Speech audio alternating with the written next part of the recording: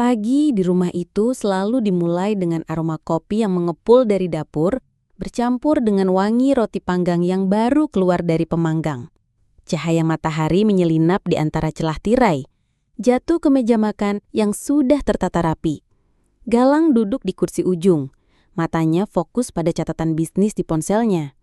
Di usianya 37 tahun, ia telah menempuh perjalanan panjang, dari pekerja lepas hingga kini menjadi pemilik percetakan yang sukses.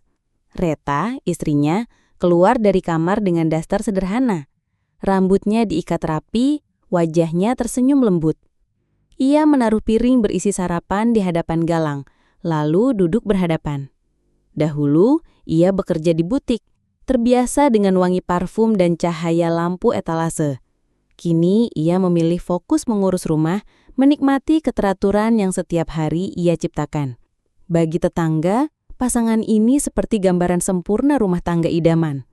Rumah mereka bersih, halaman tertata, dan hampir setiap tahun pergi liburan.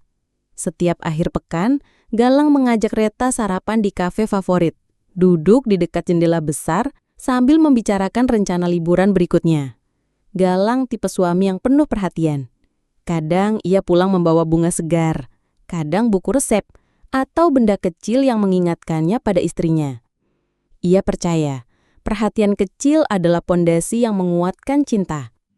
Reta menyukai semua itu, tapi ada momen-momen ketika ia duduk di ruang tamu yang sepi, menatap foto-foto perjalanan mereka. Senyumnya di bingkai foto itu tampak hangat, tapi di baliknya ada sesuatu yang sulit ia jelaskan, seperti ruang kosong yang pelan-pelan membesar. Siang itu Galang pulang sebentar dan mengajak Reta makan di warung sop iga langganan. Mereka berbicara ringan, tentang karyawan baru, tanaman di halaman, rencana mengecat pagar. Obrolan itu mengalir tenang, tanpa riak. Setelah makan, Galang kembali ke kantor, meninggalkan rumah yang kembali sunyi. Menjelang malam, Reta menyalakan lampu teras.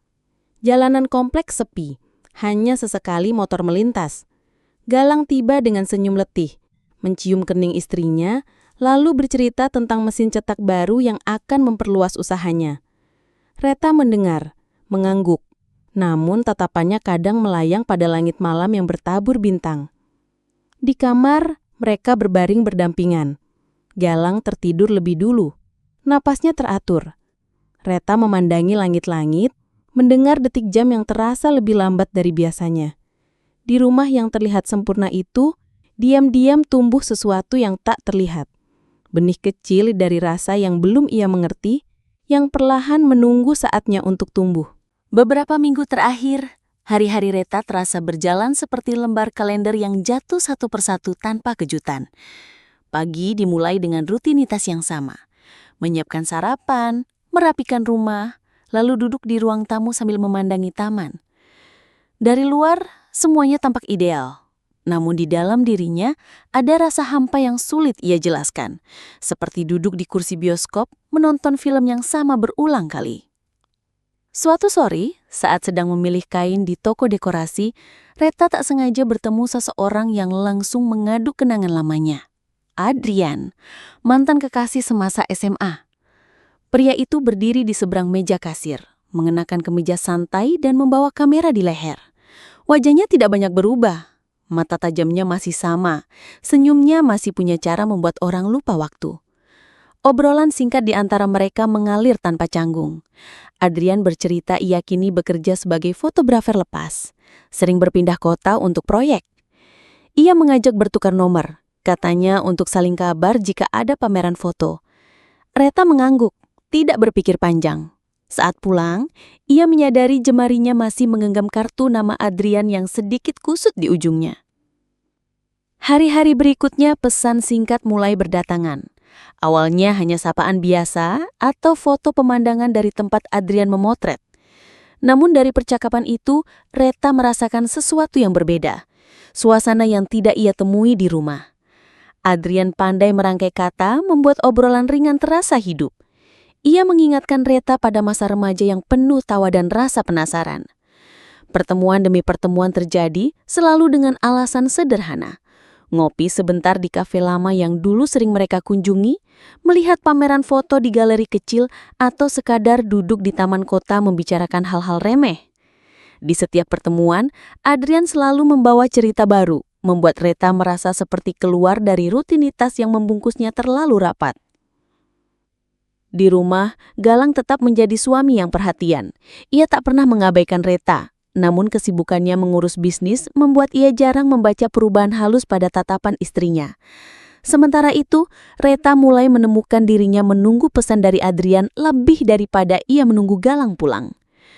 Suatu malam, setelah Galang tertidur, Reta duduk di teras sendirian.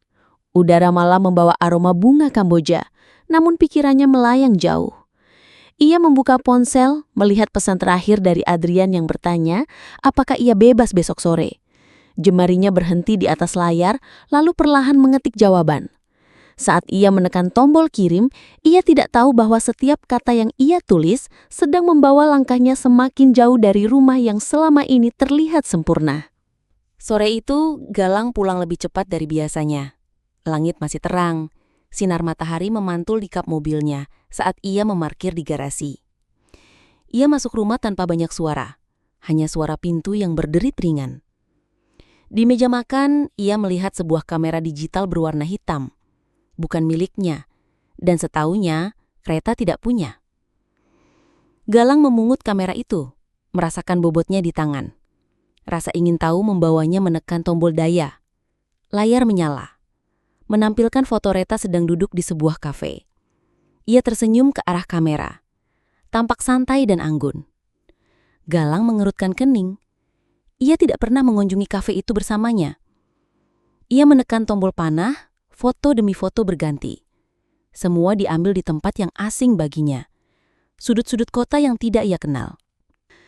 Sejak beberapa minggu terakhir, memang ada hal-hal kecil yang mulai mengusik perhatiannya.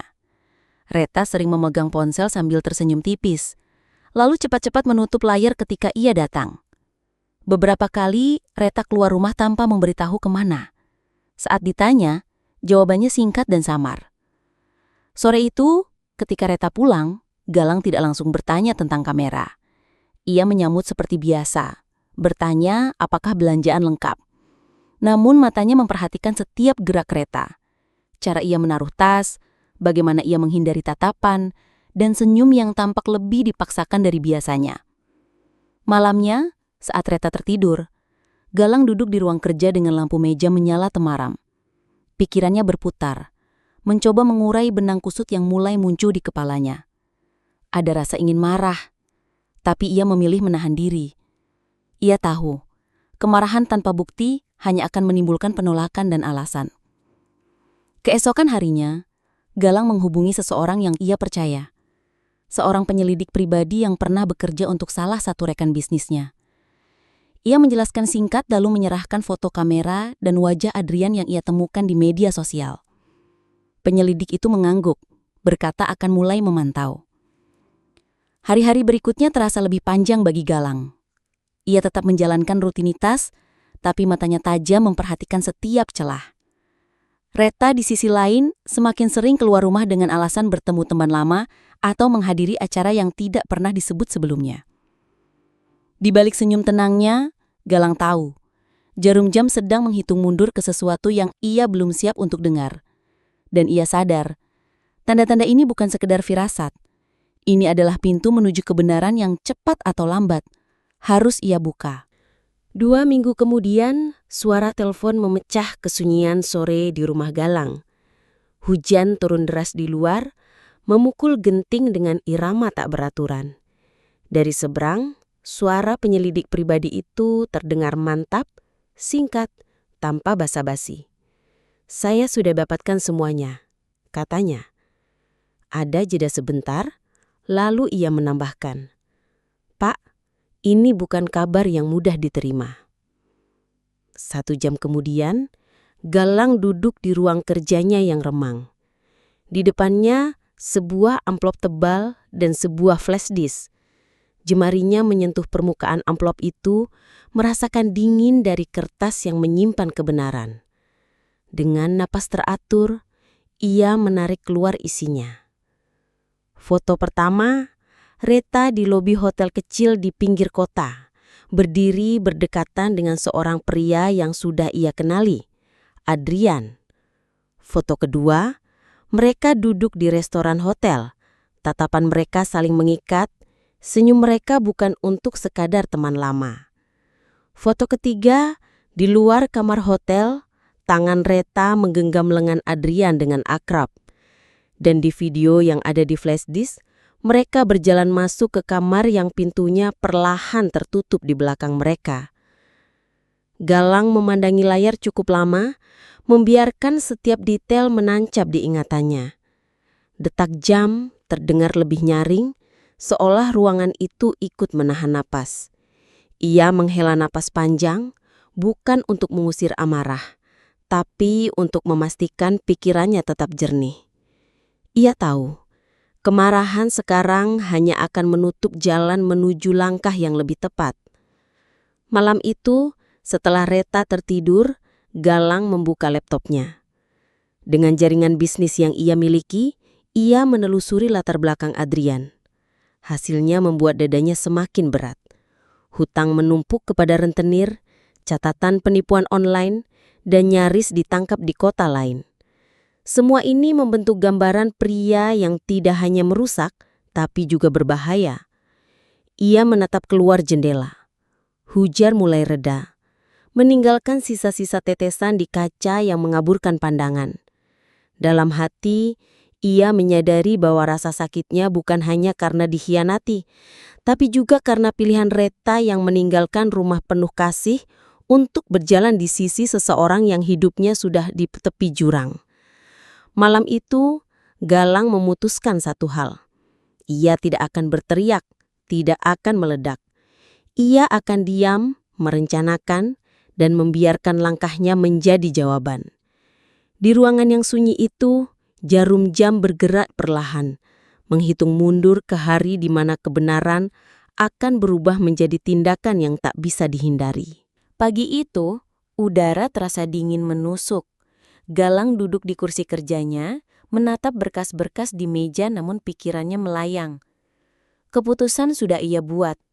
Tidak akan ada kata maaf untuk pengkhianatan yang begitu dalam. Tapi balasannya tidak akan datang dalam bentuk amarah, melainkan langkah yang terukur. Ia mengatur pertemuan dengan seorang kenalan di kepolisian. Di sebuah ruang pertemuan yang dingin, ia menyerahkan bukti penipuan online yang melibatkan Adrian, rekaman percakapan, catatan transaksi, dan daftar nama korban. Penyidik yang menerimanya mengangguk pelan. Ini cukup kuat untuk menjeratnya, ucapnya sambil memasukkan berkas ke dalam map hitam. Namun, Galang belum selesai. Malam harinya, ia mencetak foto-foto perselingkuhan itu dan memasukkannya ke beberapa amplop coklat tanpa identitas pengirim. Amplop-amplop itu ia kirimkan ke keluarga besar Reta.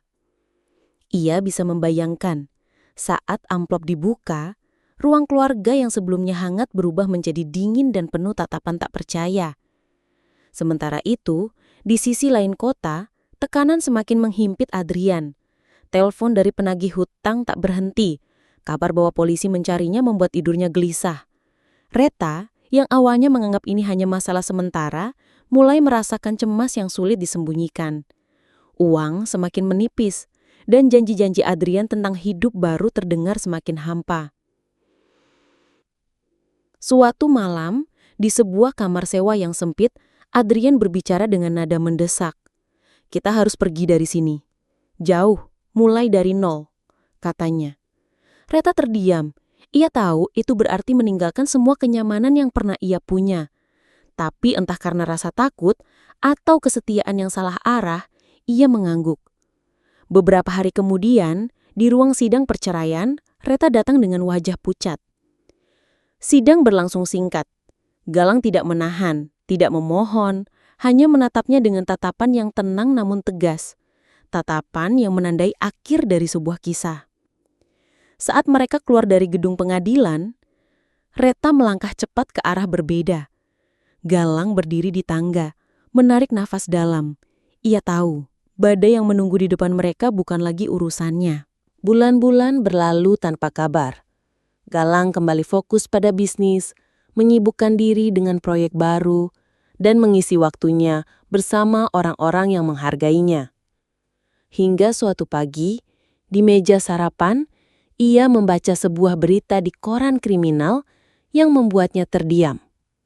Di sebuah kota kecil di selatan, Adrian dan Reta tinggal berpindah-pindah, menyewa kamar murahan. Uang makin menipis, pekerjaan Adrian tidak menentu. Mereka hidup dalam ketakutan, kejaran penagih hutang, dan bayang-bayang polisi yang menunggu waktu untuk menangkap. Malam itu, udara begitu dingin dan lembab. Adrian keluar dari sebuah bar kecil. Langkahnya goyah, matanya merah karena alkohol. Reta mengikutinya, mencoba mengajaknya pulang. Namun, di ujung lorong sempit yang diterangi lampu kuning redup, 4 pria muncul dari kegelapan. Wajah mereka tertutup syal, tatapan mereka penuh amarah. Mereka adalah korban-korban penipuan Adrian yang sudah lama menunggu kesempatan membalas. Pertengkaran singkat pecah, lalu pukulan pertama menghantam. Suara tubuh yang terbentur di dinding lorong bercampur dengan rintik hujan yang jatuh dari atap seng. Adrian mencoba melawan, namun jumlah mereka terlalu banyak. Reta berteriak, berusaha menghalangi. Namun, pukulan keras menghantam wajahnya, membuat pandangannya berkunang-kunang. Dunia di sekitarnya mulai memudar. Saat semuanya berhenti, Adrian terbaring tak bergerak. Darah mengalir di lantai lorong. Reta merasakan nyeri tajam di wajahnya, lalu kesadaran bahwa dari satu matanya, cahaya tak akan pernah kembali. Keesokan paginya, berita itu sampai di meja Galang melalui koran.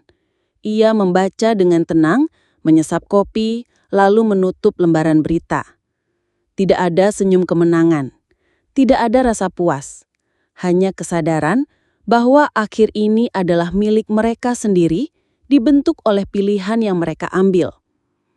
Di lorong sepi itu, semua kebohongan dan pengkhianatan menemui ujungnya. Ujung yang datang seperti dingin malam, tajam, tak terelakkan, dan menutup segalanya tanpa memberi kesempatan kedua. Rani adalah seorang gadis cantik dengan kulit sawo matang yang halus, mata bulat yang memancarkan rasa percaya diri, dan senyum yang dulu mampu membuat siapapun terpikat.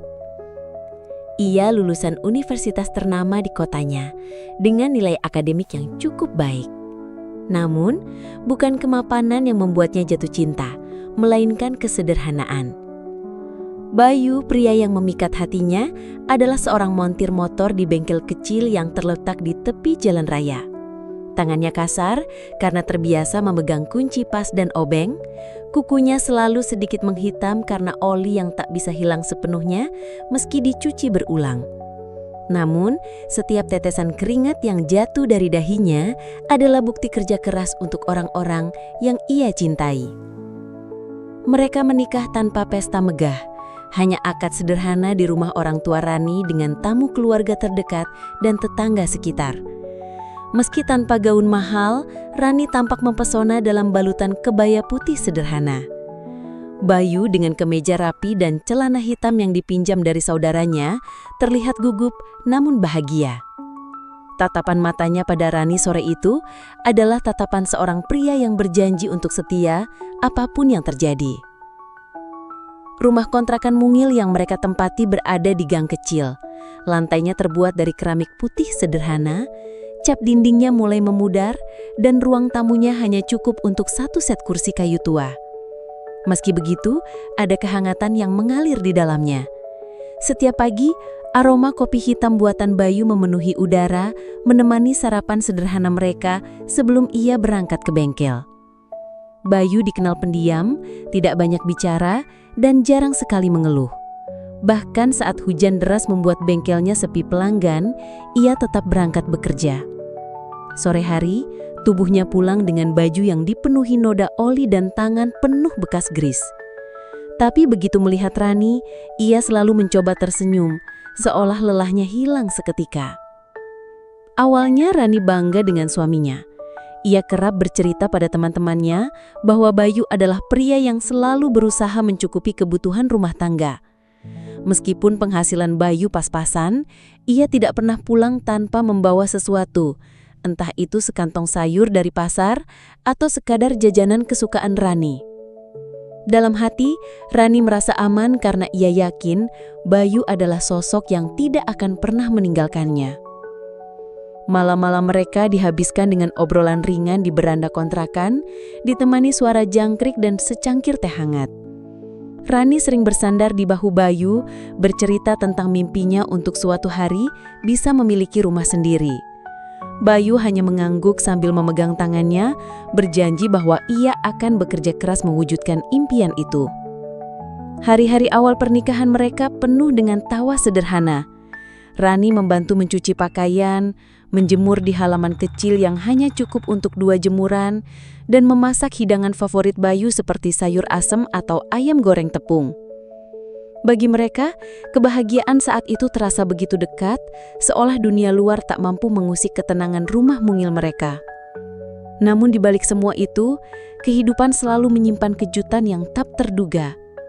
Rani belum tahu bahwa perjalanan rumah tangganya akan mengalami perubahan besar dan apa yang tampak hangat dan damai ini suatu hari akan diuji oleh sesuatu yang tak pernah ia bayangkan.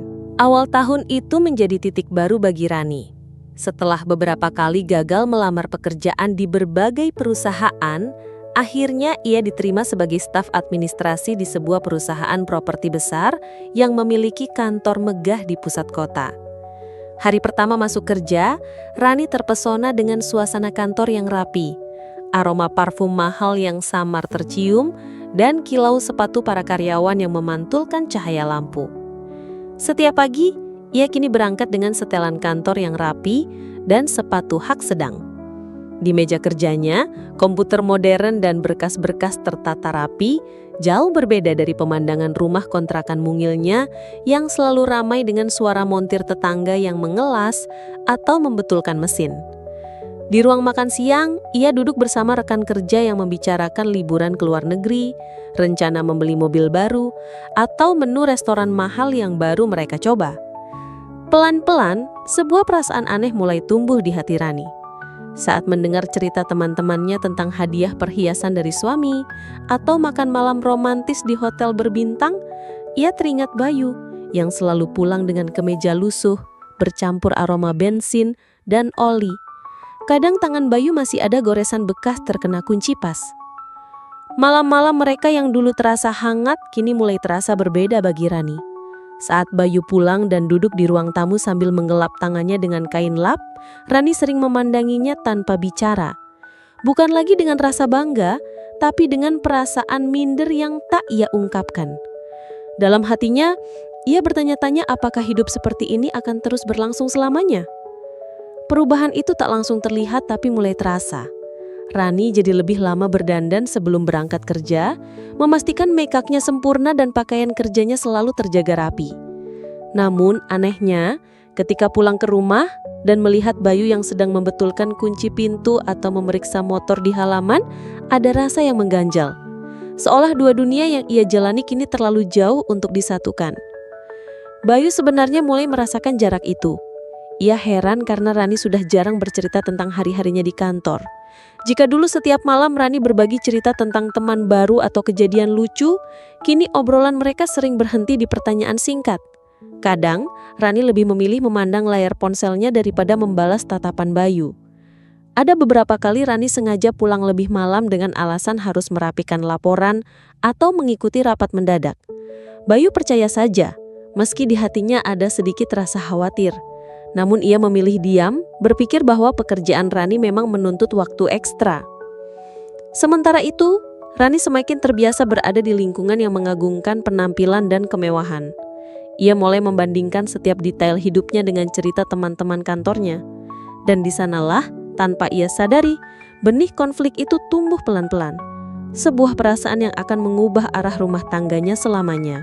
Hari-hari Rani di kantor semakin penuh warna sejak kehadiran Aditya yang mulai memperhatikannya.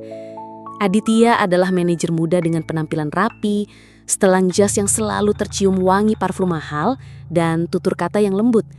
Ia punya senyum yang mudah membuat orang merasa nyaman. Semua bermula di suatu pagi ketika hujan deras mengguyur kota. Rani yang datang dengan sepatu sedikit basah, duduk di meja kerjanya sambil mengelus-ngelus rambut yang lembab. Tak lama kemudian, Adityo muncul di hadapannya, meletakkan secangkir kopi hangat di meja. "Kopi latte, tanpa gula, seperti yang kamu suka," ucapnya dengan nada ringan. Rani terkejut, ia bahkan tidak ingat pernah memberitahu Aditya soal selera kopinya. Sejak saat itu, perhatian kecil dari Aditya semakin sering datang. Kadang ia memuji baju yang dikenakan Rani, mengatakan warna itu cocok dengan kulitnya. Kadang di tengah kesibukan rapat, ia menanyakan apakah Rani sudah makan siang. Bahkan jika Rani terlihat pusing menatap layar komputer, Aditya dengan santai mencondongkan badan, menunjuk layar, dan menawarkan bantuan untuk memeriksa pekerjaannya. Suatu sore, hujan kembali turun ketika jam kantor berakhir. Rani berdiri di lobi, menunggu hujan reda, sambil menggenggam payung kecil yang sudah mulai rusak di bagian gagangnya. Aditya yang lewat menghampirinya. "Kalau pulang naik ojek di hujan begini, kamu bisa sakit. Ayo, aku antar, mobilku di basement," katanya dengan nada tegas namun hangat. Rani ragu sejenak. Ia ingin menolak, tapi udara dingin yang menusuk membuatnya luluh. Di dalam mobil, aroma wangi interior bercampur dengan musik lembut yang mengalun pelan. Aditya menyemudi sambil sesekali mengajak bicara, membuat suasana tidak canggung. Rani mulai merasa nyaman, bahkan menikmati perjalanan itu. Seiring waktu, interaksi mereka di kantor semakin dekat. Saat makan siang bersama tim, Aditya sering duduk di sebelah Rani. Di meja kerja, ia kadang menyelipkan catatan kecil berisi kalimat penyemangat. Hal-hal kecil itu membuat Rani merasa diperhatikan dengan cara yang berbeda dari Bayu. Bukan sekedar perhatian rutin, tapi perhatian yang dibungkus dalam kesan istimewa. Malam-malam ketika Rani pulang ke rumah, pikirannya masih memutar kembali momen-momen singkat bersama Aditya. Senyum tipisnya, nada suaranya, bahkan cara ia memanggil nama Rani. Ada sensasi baru yang membuat jantungnya berdebar. Sensasi yang diam-diam ia rindukan di hari-hari berikutnya. Rani belum sadar bahwa benih godaan itu sudah tumbuh subur. Ia hanya tahu setiap kali melangkah ke kantor ada rasa bersemangat yang berbeda. Bukan lagi karena pekerjaannya, tapi karena seseorang yang selalu membuatnya merasa istimewa.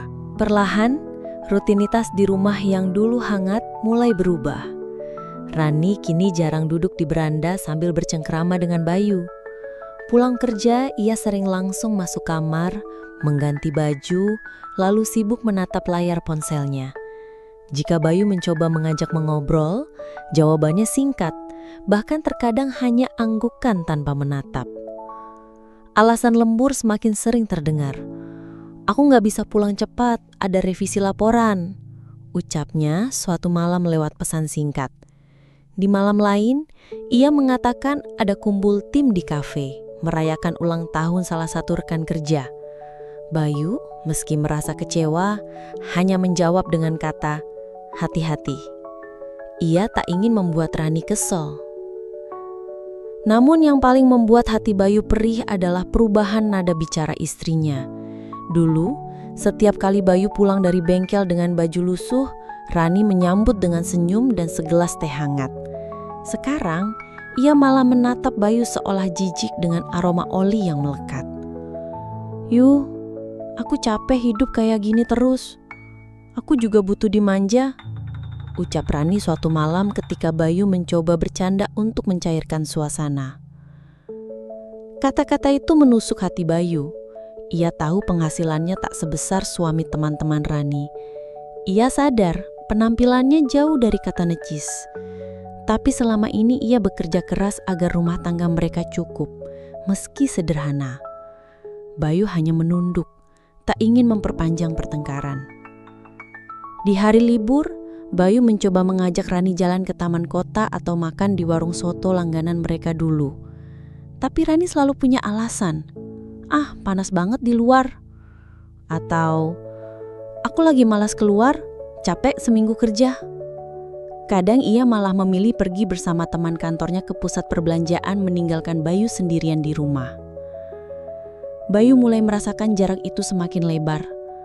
Malam-malamnya diisi dengan duduk di teras, menatap jalanan sepi, sambil memikirkan cara agar hubungan mereka kembali seperti dulu. Tapi entah mengapa, setiap ia mencoba, Rani justru semakin menjauh. Di dalam hati, Bayu mulai bertanya-tanya, apakah Rani masih melihatnya sebagai suami yang layak dibanggakan? Atau ia sudah menganggapnya beban yang menghambat kehidupan yang lebih baik? Pertanyaan itu menghantui, tapi ia memilih memendamnya. Ia tidak tahu bahwa badai yang lebih besar sedang menunggu di depan. Hubungan antara Rani dan Aditya yang awalnya hanya sebatas rekan kerja mulai melangkah lebih jauh. Awalnya, kedekatan itu terjalin lewat makan siang bersama di kantin kantor. Lalu, sesekali Aditya mengajak Rani makan malam sepulang kerja, dengan alasan membicarakan proyek kantor. Rani, yang merasa nyaman dengan perhatian Aditya, tidak menolak. Makan malam pertama mereka di sebuah restoran Italia. Cahaya lampu temaram dan musik pelan menciptakan suasana yang terasa hangat. Aditya mendengarkan setiap cerita Rani dengan penuh perhatian, menatap matanya tanpa tergesa. Rani merasa diperlakukan istimewa, berbeda dengan Bayu yang seringkali pulang ke rumah dalam keadaan lelah dan langsung tertidur. Kedekatan itu berlanjut.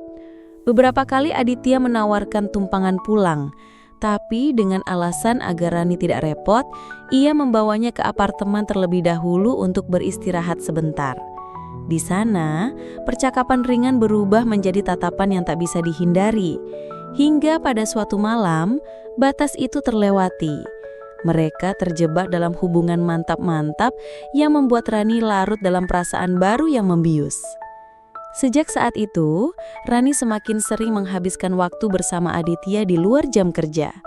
Pulang larut malam menjadi hal biasa. Kadang ia membawa alasan lembur, kadang mengatakan sedang nongkrong bersama teman-teman kantor. Bayu percaya, meski di sudut hatinya mulai muncul tanda tanya yang sulit ia abaikan.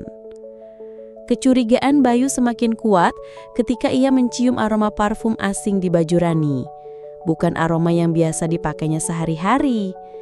Pernah suatu malam, saat Rani pergi dengan alasan rapat mendadak, Bayu melihat ponsel istrinya bergetar di meja. Nama Aditya terpampang di layar, diikuti pesan singkat yang membuat dada Bayu sesak.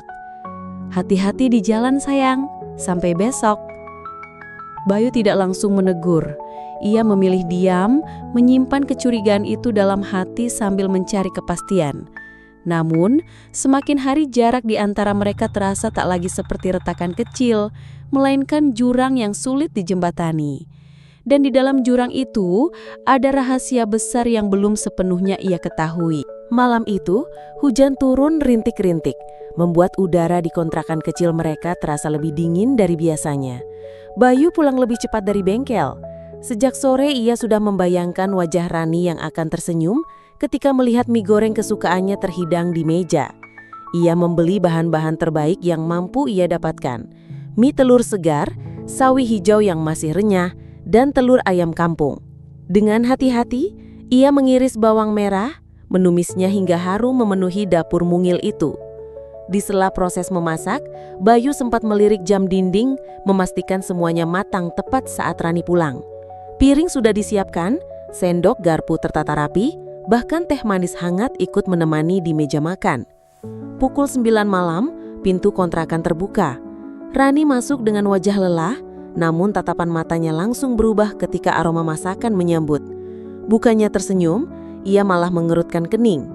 "Ya ampun Yuk, rumah ini bau bawang semua. Aku capek seharian di kantor, mau istirahat malah disambut bau kayak warung," ucapnya ketus. Bayu terdiam, mencoba mengerti. "Ini mie goreng kesukaanmu, Ran. Aku pikir kamu senang," ujarnya pelan. Namun Rani justru meletakkan tasnya dengan suara keras, lalu menatapnya tajam. "Kamu tahu nggak Yuk, Aditya nggak pernah kayak gini. Dia, kalau makan, tempatnya bersih, wangi, dan makanannya dari restoran, bukan masak sendiri sampai rumah bau begini." Kalimat itu menghantam dada Bayu seperti palu. Ia menatap Rani dengan mata yang mulai memerah. "Jadi, kamu membandingkan aku dengan dia?" tanyanya dengan suara nyaris bergetar. Pertengkaran pun pecah. Suara mereka meninggi, saling lempar kata yang menusuk hati. Bayu mencoba menahan amarah, Namun setiap ucapan Rani terasa seperti pisau yang mengiris harga dirinya. Rani, dengan nada dingin, mengatakan bahwa hidup bersama Bayu hanya membuatnya terjebak dalam kesederhanaan yang membosankan. Seminggu setelah malam itu, Rani datang membawa setumpuk berkas, gugatan cerai. Alasannya tertulis singkat, ketidakcocokan. Bayu menatap kertas itu lama, sebelum akhirnya mengambil pena dan menandatangani tanpa banyak kata. Tidak ada teriakan, tidak ada air mata di hadapan Rani. Bayu hanya menunduk, lalu mengucapkan satu kalimat yang membuat udara di ruangan itu semakin berat. Kalau aku bukan yang kamu inginkan, mungkin memang aku hanya singgah, bukan tujuan. Setelah perceraian, hidup Rani berubah drastis. Ia kini tinggal di apartemen mewah di pusat kota. Lantai tinggi dengan pemandangan lampu-lampu malam yang berkilau. Aditya memenuhi hampir semua keinginannya. Tas bermerek yang dulu hanya bisa ia lihat dari etalase, jam tangan mahal yang melingkar di pergelangan tangannya, sepatu keluaran terbaru, hingga liburan singkat ke Bali dan Singapura. Setiap akhir pekan, mereka makan di restoran bintang 5. Rani memotret hidangan cantik di hadapannya, memposting di media sosial dengan caption bahagia. Teman-teman lamanya memberi komentar iri, memuji betapa beruntungnya ia mendapatkan pasangan seperti Aditya. Rani membaca komentar itu dengan senyum puas, merasa keputusannya meninggalkan Bayu adalah langkah yang tepat. Apartemen mereka dilengkapi segala fasilitas, kolam renang berkilau, gym pribadi, dan ruang tamu luas dengan sofa empuk yang seolah memeluk tubuh. Rani sering menghabiskan waktu sore di balkon, menyeruput kopi sambil memandangi matahari terbenam di balik gedung pencakar langit. Bayu? Tidak ada kabar sama sekali, seolah menghilang dari muka bumi. Rani bahkan tidak pernah melihatnya di media sosial. Sesekali rasa penasaran muncul, namun segera ia tepis dengan pikiran, buat apa memikirkan masa lalu kalau sekarang aku sudah di puncak? Hari-harinya terasa sempurna di mata orang lain. Ia bangun pagi di kamar tidur yang wangi, sarapan roti dan jus segar yang disiapkan pembantu, lalu menghabiskan siang dengan berbelanja atau menemani Aditya ke acara-acara kantor. Kehidupan seperti ini, pikirnya, adalah apa yang selama ini ia impikan. Bebas dari aroma oli dan suara bising bengkel. Namun di balik semua kemewahan itu, ada sesuatu yang perlahan menggerogoti tanpa ia sadari. Aditya mulai sering pulang larut malam dengan alasan pekerjaan. Teleponnya selalu dalam keadaan terkunci, dan ketika Rani bertanya, jawabannya singkat dan terdengar tergesa. Tapi Rani memilih menutup mata. Ia terlalu sibuk menikmati hasil dari keputusan yang ia kira benar. Bagi Rani, ini adalah puncak. Ia merasa telah naik kelas, meninggalkan hidup sederhana yang dulu ia anggap membosankan. Ia tidak tahu, semua yang ia bangun di atas fondasi orang lain bisa runtuh kapan saja. 2 tahun setelah hidup bersama dalam kemewahan, perubahan sikap Aditya semakin sulit diabaikan. Ia yang dulu hangat dan penuh perhatian, kini sering bersikap dingin. Percakapan mereka semakin jarang. Makan malam berdua berganti dengan meja kosong dan pesan singkat yang hanya berisi, "Aku pulang larut." Awalnya Rani mencoba berpikir positif, meyakinkan diri bahwa Aditya memang sedang sibuk dengan urusan pekerjaan. Namun suatu malam, ketika Aditya mengaku harus menghadiri rapat mendadak, seorang teman Rani secara tak sengaja memotretnya di sebuah kafe mewah. Duduk berdua dengan wanita muda bergaun merah, tertawa akrab. Foto itu menghantam Rani seperti badai. Ia menunggu Aditya pulang, menyimpan amarah yang mendidih di dadanya. Ketika pintu apartemen terbuka, Rani langsung menunjukkan foto itu. Aditya hanya terdiam sejenak, lalu menghela nafas. "Kita sudah tidak cocok lagi, Ran. Lagi pula, semua ini memang milik aku kan?" ucapnya datar. Kalimat itu seperti palu yang memecahkan dinding kenyamanan Rani. Semua aset, apartemen, mobil tabungan memang atas nama Aditya. Dalam hitungan minggu, ia meminta Rani keluar dari apartemen. Tidak ada perdebatan panjang, tidak ada sisa kasih sayang. Pintu kemewahan yang dulu terbuka lebar, kini menutup rapat. Pukulan berikutnya datang dari pekerjaannya. Sebagai staf administrasi di perusahaan properti, Rani terlibat dalam masalah administrasi yang diusut oleh pihak internal. Meski ia merasa hanya menjadi korban keadaan, manajemen memutuskan untuk memberhentikannya. Tanpa pekerjaan dan tanpa tempat tinggal, Rani terpaksa menumpang sementara di rumah saudara jauh. Hari-hari Rani berubah drastis. Dari yang terbiasa sarapan di balkon apartemen dengan pemandangan kota, kini ia hanya duduk di kamar sempit dengan dinding lembab. Dari yang biasa memegang tas bermerek, kini ia harus menjual sebagian koleksi untuk sekedar membeli kebutuhan harian. Setiap malam ia menatap layar ponselnya yang sepi. Tidak ada kabar dari Aditya, apalagi dari Bayu. Ia mulai bertanya pada dirinya sendiri, apakah semua yang ia perjuangkan dulu memang sepadan dengan harga yang harus ia bayar sekarang? Tapi jawaban itu belum datang. Dan di kejauhan, karma sedang berjalan mendekatinya tanpa ia sadari. Siang itu, Rani berjalan di sebuah mall untuk mengisi waktu. Ia sengaja datang sendirian, mencoba mengusir rasa sepi yang semakin sering menghantui. Saat melewati lantai 2, pandangannya tertarik pada sebuah poster besar di depan sebuah ballroom hotel. Tulisan di bagian atasnya terpampang jelas, Seminar Nasional Teknologi Motor Elektrik. Namun yang membuat napas Rani tercekat adalah foto yang menghiasi bagian tengah poster itu. Bayu, mantan suaminya, kini berdiri tegap mengenakan jas abu-abu dengan senyum percaya diri. Di bawah fotonya tertulis, Bayu Prasetya, CEO and Founder Prasetya Motortech. Rani berdiri mematung. Dunia seakan melambat. Mantan suami yang dulu ia tinggalkan karena dianggap tidak mapan, kini menjadi pembicara utama di acara bergengsi. Jantungnya berdebar tak karuan. Tanpa banyak pikir, ia mendaftar sebagai peserta on the spot.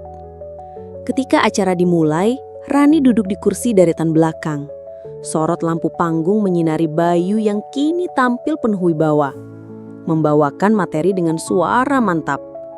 Ia berbicara tentang inovasi mesin motor elektrik, kisah perjuangannya membangun usaha dari nol, dan peran timnya yang luar biasa. Tepuk tangan meriah mengiringi setiap sesi. Namun yang paling membuat dada Rani sesak adalah saat sesi istirahat.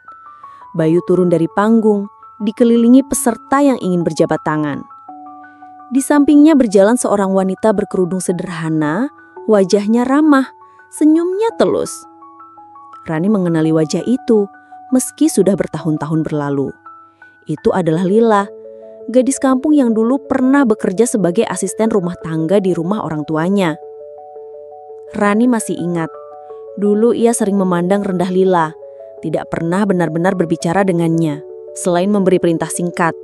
Dan kini, Lila berjalan di sisi Bayu, mengenakan gaun anggun yang sederhana namun berkelas. Tangannya digenggam erat oleh pria yang dulu pernah ia sakiti. Bayu terlihat bahagia, begitu juga Lila. Mereka berbincang dengan para tamu, sesekali tertawa bersama. Dari tempatnya berdiri, Rani bisa melihat tatapan penuh cinta yang Bayu berikan pada istrinya sekarang. Tatapan yang dulu pernah menjadi miliknya, tapi ia sia-siakan.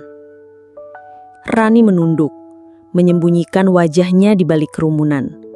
Tapi hatinya terasa seolah diremas. Ia sadar, di hadapannya kini berdiri bukti nyata bahwa keputusan masa lalu yang diambil karena keserakahan telah menghancurkan segalanya, dan tak ada cara untuk memutar waktu kembali. Dengan langkah ragu, Rani mencoba mendekat. Suaranya bergetar saat menyebut nama yang pernah begitu akrab di hatinya. Bayu. Bayu menoleh, menatapnya sejenak. Sebuah senyum sopan muncul di wajahnya, namun matanya tetap tenang tanpa gejolak. Oh, Rani, lama tidak bertemu, ucapnya singkat. Ia lalu menoleh pada wanita di sampingnya, menggenggam tangan Lila lebih erat dan kembali melanjutkan percakapan dengan tamu yang menunggu. Rani berdiri di sana, tubuhnya kaku. Beberapa detik kemudian, ia memutuskan pergi. Setiap langkah menjauh dari ballroom terasa seperti menambah berat batu yang sudah menghimpit dadanya. Bayu tidak memarahinya, tidak membalas dendam. Tapi sikap dingin yang penuh wibawa itu justru menusuk lebih dalam daripada kata-kata kasar. Di parkiran mall, Rani menyalakan mobilnya. Namun sebelum mesin benar-benar menyala, ia memandang ke kaca spion. Bayangan dirinya tampak lelah, mata sembab dan senyum yang sudah lama hilang. Saat tiba di rumah kontrakan kecil yang kini ia sewa, ia berjalan ke kamar mandi, mencuci muka, lalu berdiri di depan cermin besar yang menggantung di dinding. Tatapan matanya sendiri membuatnya terdiam. Di balik wajah yang mulai menua, ia melihat bayangan masa lalu. Wanita muda yang dulu begitu yakin meninggalkan seorang suami setia demi hidup mewah bersama pria lain. Kini yang tersisa hanyalah penyesalan yang tak mungkin ditebus. Air matanya mengalir tanpa bisa ia tahan. Rani teringat bagaimana Bayu dulu rela bekerja hingga larut malam hanya untuk membelikan kebutuhan sederhana. Bagaimana ia menunggu Rani pulang dengan masakan hangat di meja hanya untuk menerima sindiran dan rasa malu dari wanita yang seharusnya mencintainya. Malam itu, Rani duduk di lantai kamarnya, memeluk lutut. Angin malam masuk dari celah jendela, membawa hawa dingin yang meresap ke tulang. Di dalam hati, ia tahu, ini bukan sekadar kehilangan. Ini adalah hukuman yang ia ciptakan sendiri, langkah demi langkah saat mengabaikan cinta yang tulus demi keserakahan. Karma telah datang, bukan dalam bentuk kemarahan atau pembalasan, tapi dalam kenyataan pahit yang tidak bisa diubah. Bayu sudah bahagia, dan ia tidak lagi punya siapa-siapa.